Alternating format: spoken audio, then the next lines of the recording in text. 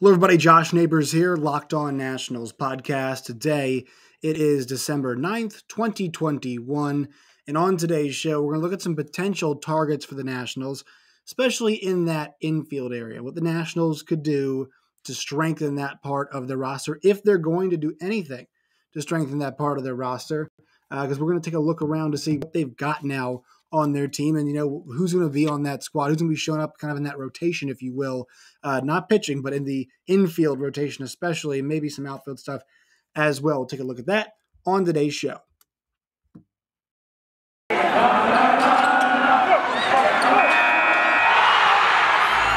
are Locked On Nationals, your daily Washington Nationals podcast, part of the Locked On Podcast Network, your team every day.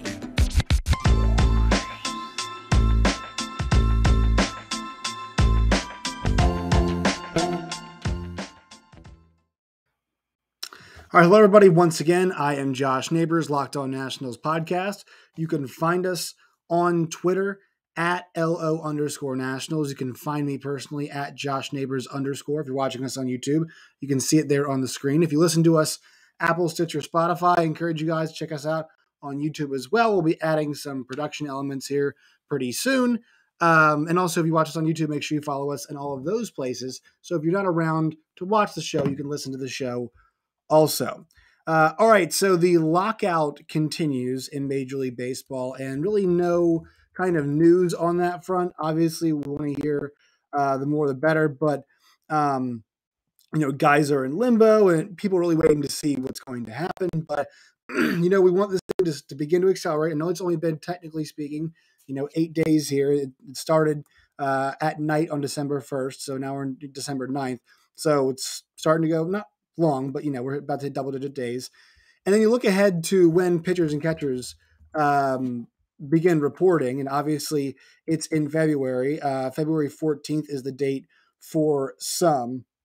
The counter, I believe the spring training counter, has it at 66 days.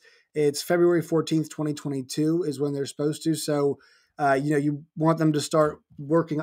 Basically, you need to make sure that that front number, right, the days of the lockout, does not begin to creep towards those two numbers evening out, right? As the number of days remaining till pitchers and catchers report goes down, we do not want the other number to go up. We don't want those to cross paths at some point in time. So obviously there's not a whole lot of news on that front, but we're going to see what happens, and teams are making some deals. The Rule 5 draft just happened as well. The Nationals made some acquisitions on that front, and we'll talk about a couple of those guys today, factoring in actually, let's just start with that. And I'll read from Jessica Camarado here from MLB.com. The Nationals acquired 4 players, including one with Major League experience, on Wednesday in the Rule 5 draft. They did not lose any of their eligible players to another organization. Obviously, you guys are familiar with the Rule 5 draft. They have that for the group of eligible players comprised of those who signed with a team at 18 years old or younger and were not added to the 40-man roster within 5 seasons. It also included players who signed at 19 years old and were not added within 4 seasons. Okay, so the Nats selected second baseman Andrew Young, 27-year-old, who was selected by the Cardinals in the 37th round of the 2016 draft.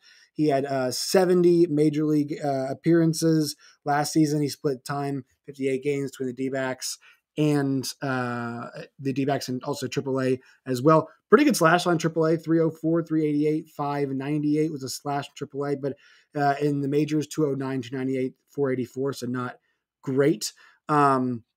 Did have 6 home runs last year and in 2021, including one that came actually against the Nationals on April 15th.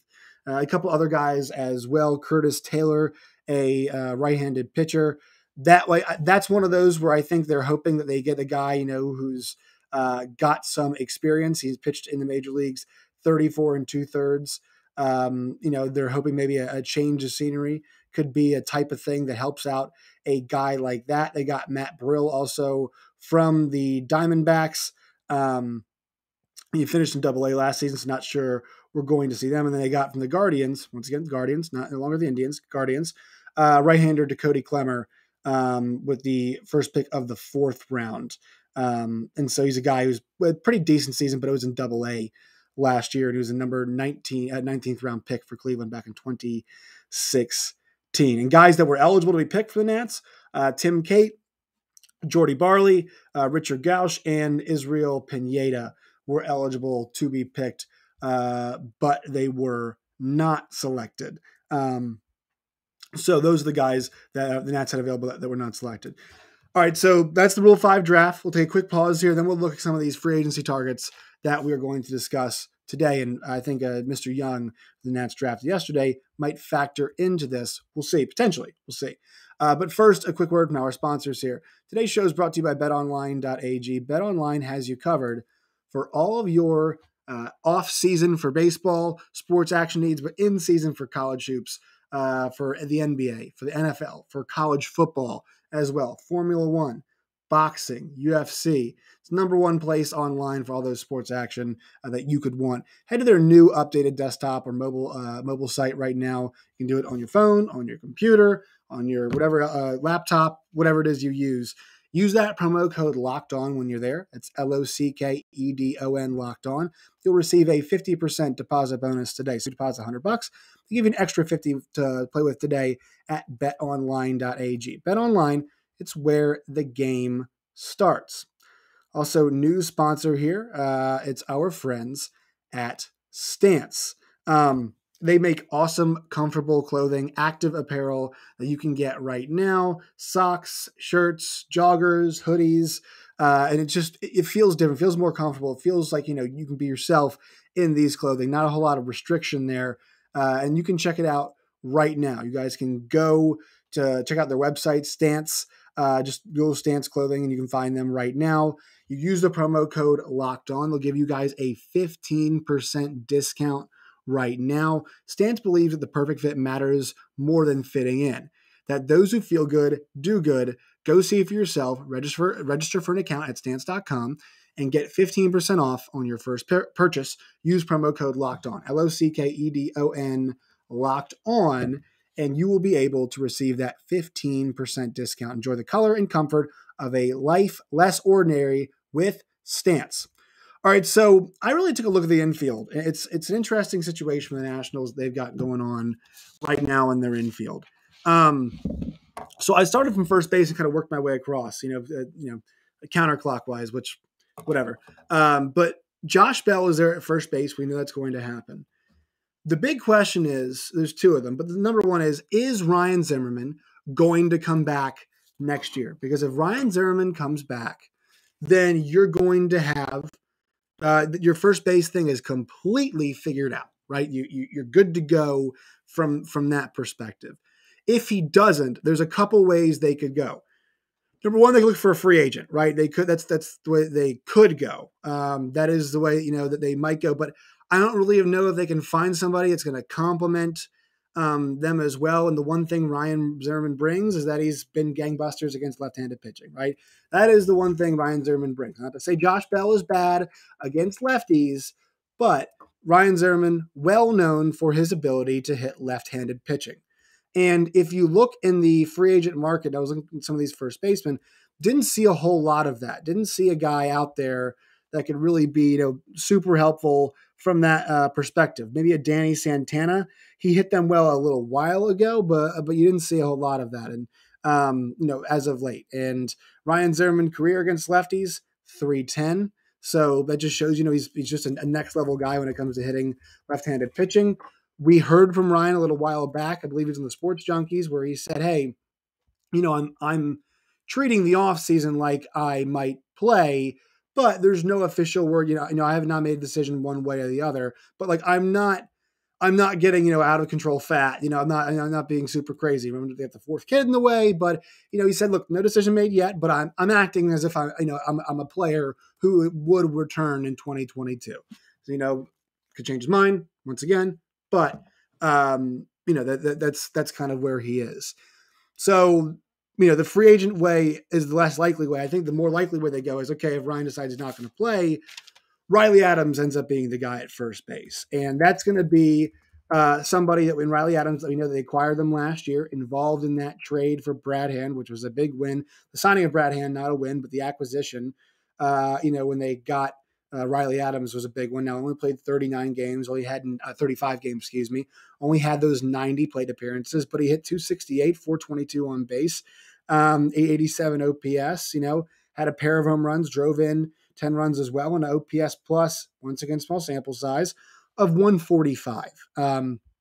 And that's a guy we know is a catcher, right? But it's somebody that I think they'd have a lot of interest in moving to first base. He's a right-handed hitter. That is somebody they'd have interest, being able to not split time. Josh Bell's going to be predominantly the guy there, but it's a good way to get him some reps outside. And we don't know the designated hitter situation yet, but it's going to be a good way to get him some reps outside of, outside of catching. And he's behind the Nationals' gem in the trade that they got for Max Scherzer and Trey Turner, Keibert Ruiz. So there is the thought here that, hey, look, that is Keibert's spot. He is going to be the number one catcher. Riley is there obviously to help. We know Trace Barrera's still around.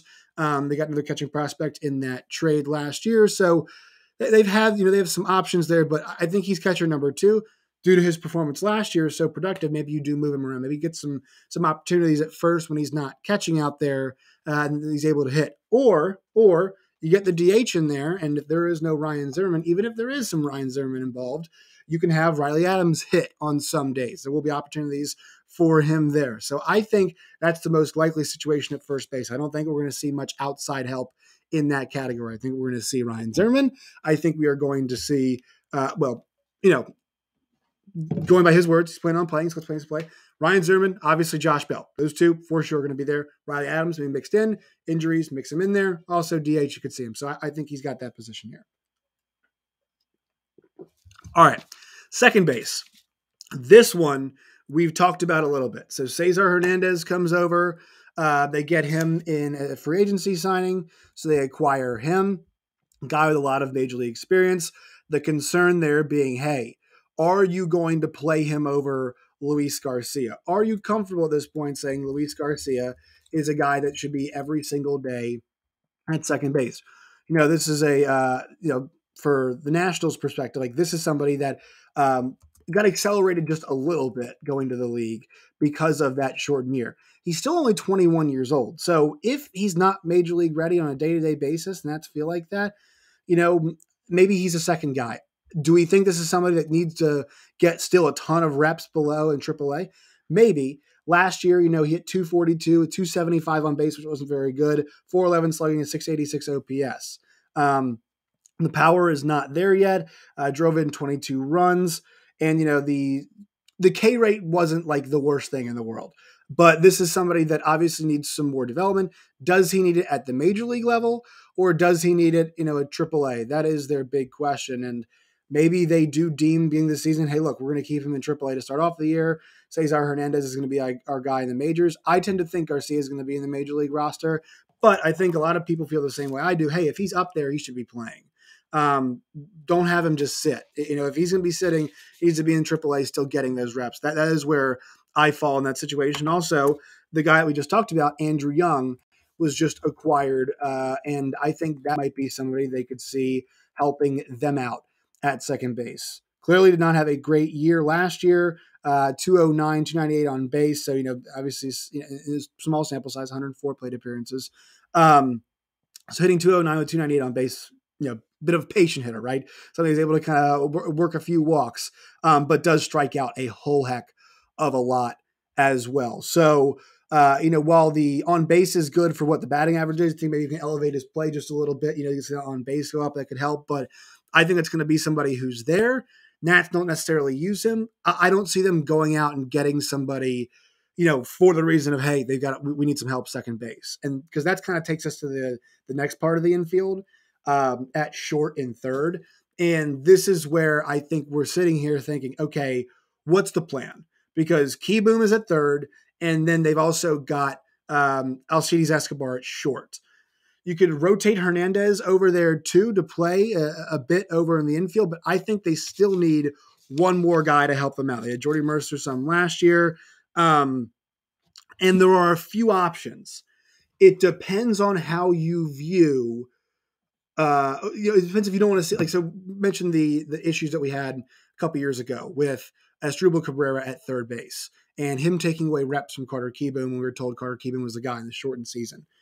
So they have to make sure it's not a situation like that. The problem being is, are you going to bring a guy in and have him be a utility player and keep him? Are you going to bring a guy in, play him a whole lot, a la Josh Harrison, and trade him? How do you want to handle that situation? Will it be blocking young guys? What's that situation going to look like? Because I think it's time for Carter Kieboom to get the full load at third base for an entire season, pillar to post. It's time for them to do that. But, there's some options for that left side of the infield. Jonathan VR is a guy that I would think of, and that would be somebody who is a candidate to sign, and use an NBA term, sign and trade, right?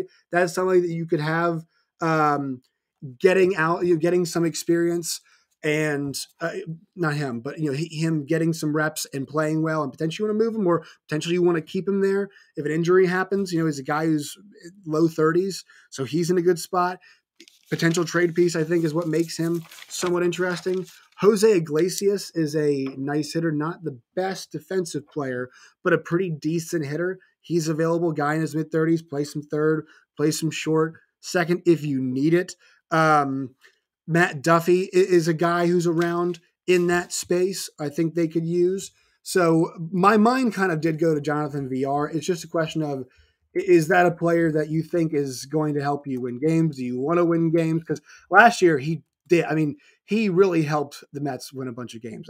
He's also just 30 years old too, and plenty of experience. 249, 322, 416 split, 738 OPS, 102 OPS plus. Obviously, a guy who's viewed as a above average, just above average, major league hitter. Somebody that got a lot of respect, is a veteran that can help some guys along, good performer. But the problem is, if Carter Kieboom falters, I think you could see a whole lot of Jonathan VR starting at third. Maybe it's a good thing. Maybe the Nats, have to realize at that point, hey, it's time for us to potentially move on from Carter Kieboom. Maybe Carter Kieboom is the guy who gets traded, the guy who needs a fresh start somewhere else. That could be a situation that happens. But I'm kind of torn on how prepared the Nationals need to be at that third base spot next season. How does that have to be handled for the Nationals? And will they basically say from the beginning, time to get Carter all the reps? I seem to believe that that's the thing, but I still feel like they do need some depth in that left side. You can't go in the season with Alcides Escobar, who's 35 years old, right? You can't just have Alcides Escobar and Carter Kieboom, 34 years old, excuse me. He'll be 35 once the season starts. He actually turns 35 a week from today. Alcides Escobar does.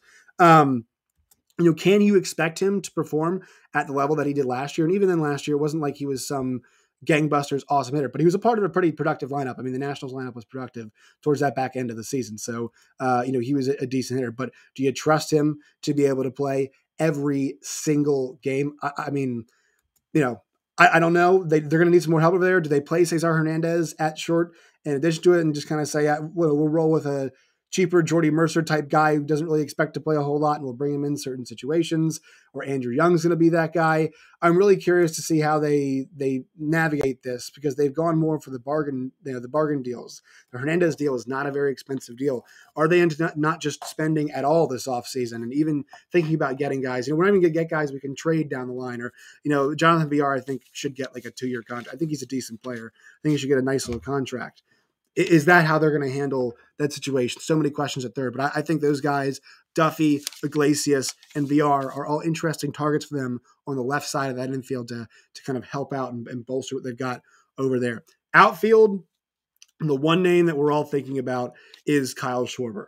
And what I had mentioned before with Kyle Schwarber, and I meant this generally speaking, but he is the type of guy that if you gave a 3 or 4 year contract to, no, he's not helping you win in the immediate, but he's a guy who likes DC. He's a guy that you can have under contract for a little while. And also, when you eventually do get competitive again, you are going to be using him pretty clearly. And we know this with Juan Soto. I mean, Juan Soto, wants to see a commitment to winning. Well, they were winning games and really productive with Kyle Schwarber in the lineup with him. So obviously, if they commit to him multiple years and they then, maybe extend a Josh Bell, they say, yeah, these aren't massive contracts, but we're pretty clearly trying to build a lineup around you right now. We're getting pieces. We might be a few short right now, but we're trying to get pieces to help build in that situation. And I don't know if they'll do it. I mean, they've got Stevenson and Yadiel Hernandez and Lane Thomas.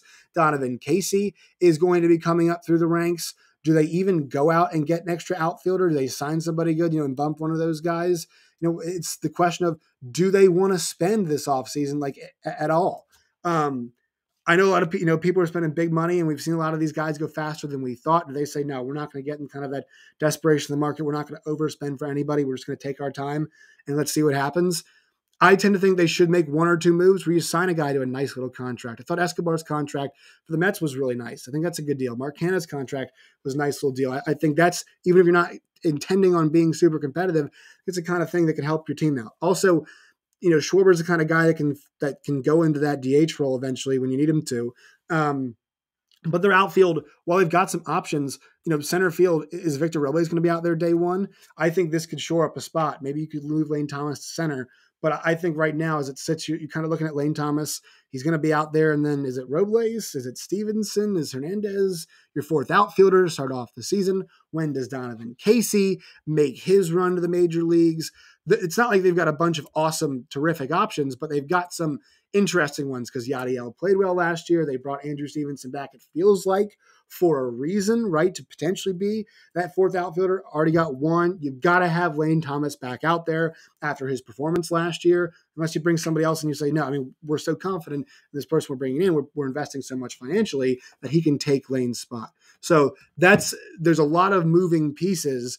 And I think that the Hernandez signing, the Alcides re-signing, those were signs that the Nationals are not intent on signing big fish. And if they are a bigger fish, I should say, it's going to be I think a guy for not a massive contract, but somebody that's going to be there for a few years. Somebody that they're going to say, all right, this is part of that future because we've been talking about it so much. They're going to have to build this offseason. All right. They're going to really build it.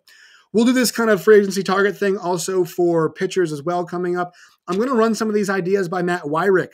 He and I are talking tonight. We'll have that episode out on Friday. Matt Wyrick of NBC Sports Washington, so you guys can check that out. All right, that'll be it for today's show. Make sure you follow us on Twitter at @LO_Nationals. You can follow me at @JoshNeighbors_. Till next time, my friends, as always, stay safe.